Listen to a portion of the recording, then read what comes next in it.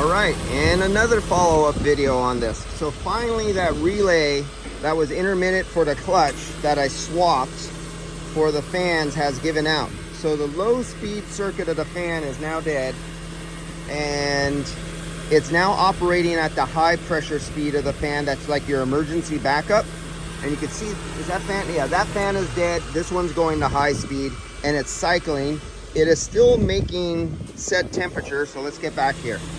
So right now we're looking at the superheat and subcooling. Look at it, it's all over the place. You cannot read when fan and clutch are going on and off. You cannot use superheat and subcooling at all whatsoever. It's just a wild mess. It's in the blender. Same goes with pressure. We come over here to temperature. We can see it's getting down to set point for 42 degrees, 41 degrees, 42. Even though, look at how high the high side is going up. Now this will make whack your can job, you guys, with the lubricant on the hand and going blind and getting hairy palms. The whack can and top off guys will be very happy with this high side pressure. Well, we're missing we're missing a fan. So the whack off guys are happy because when we come over to here and look at the outdoor bulb temperature, 101 degrees. I'm taking the temperature where I was always, if you remember on the other ones, we were 66 degrees, 70 degrees, 71 degrees. But why did the temperature change so much? Because the condenser coil is so hot, because the pressure is so high right now, the air is recycling back and front and diluting out the 66 degree air, making it really hot, giving you a false high side because of the difference in the temperature of the condenser. You see how fucked up this is? These guys who use these fucking charts. Now check it out. We're not 80 some degrees, because then they would want, you know, where are we at? 175, 210. Well, we're way over that. 150 if we're 75, or our true temperature outdoors is 66. So if we went down to the 70, we'd be 145, 60, but that's the outside. But if we look at this temperature right there, that's right over the condenser. So what do you use? You use nothing, because this is fucking jerk off shit. And a guy wouldn't know that because it seems to be operating. It sounds like it. I'm blowing hard. Well, let's go put this guy in, because this was intermittent problem for that I switched over. Okay.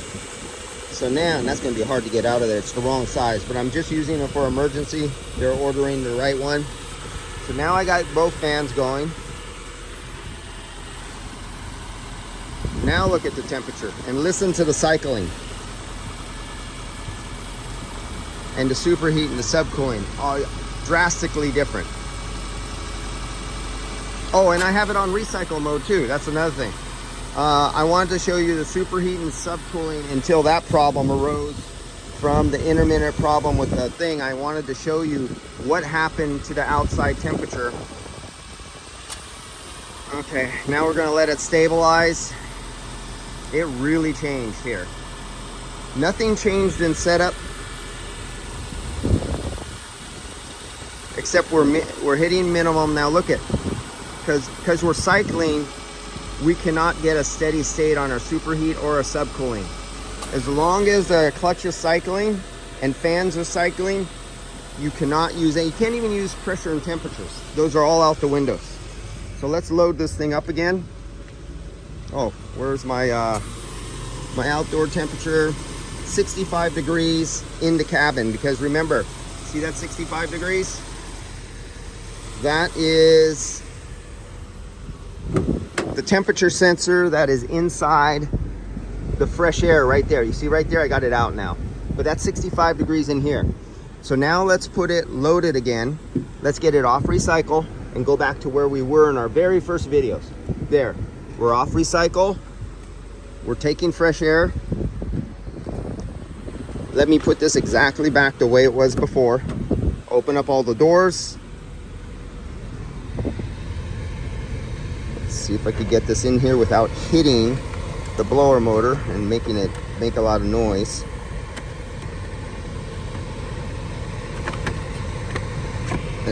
There we go. Now we're exactly the way we were when I was taking all the first tests. because I wanted to show you difference. I think I don't know if I lost the video when, because I got a phone call when I closed the hood. But then what happened was that relay started malfunctioning, and I started getting the really high side. Oh, look at the high side now. It's not going up to 270 no more. It's stable. We're bringing it, the hot air over there, that's 110 degrees. Look at our outdoor bulb temperature now. Wait a minute, how did the temperature here change from 100 degrees just by opening up doors, putting it on fresh air mode, and that changed the temperature to air entering right here? What the hell happened? I know what happened, but this is where a lot of guys make a lot of mistakes. I can't even go into depth of how screwed up. Oh, there goes my paper. But I can't imagine. Everybody is testing different. They're not following a program. And if you really wanted to be correct, really correct, you'd be in a wind tunnel, but we're not going to do a wind tunnel in a climate controlled system. But if you really wanted to be correct, you had set up several, not one fan, several fans, and there's a way to put baffles in front of it that are like little square tubes.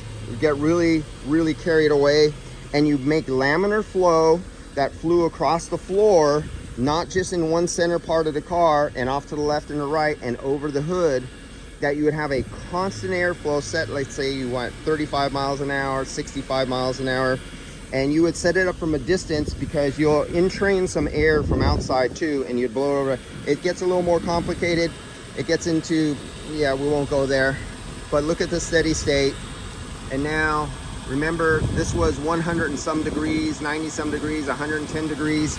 At this point, when we were on recycle, the doors were closed and everything like that, and this relay was out of here, and it was allowing the high side pressure to go up to 270, and the air under here that was recycling was so hot that it made our air in front of our condenser going into our condenser over 100 degrees.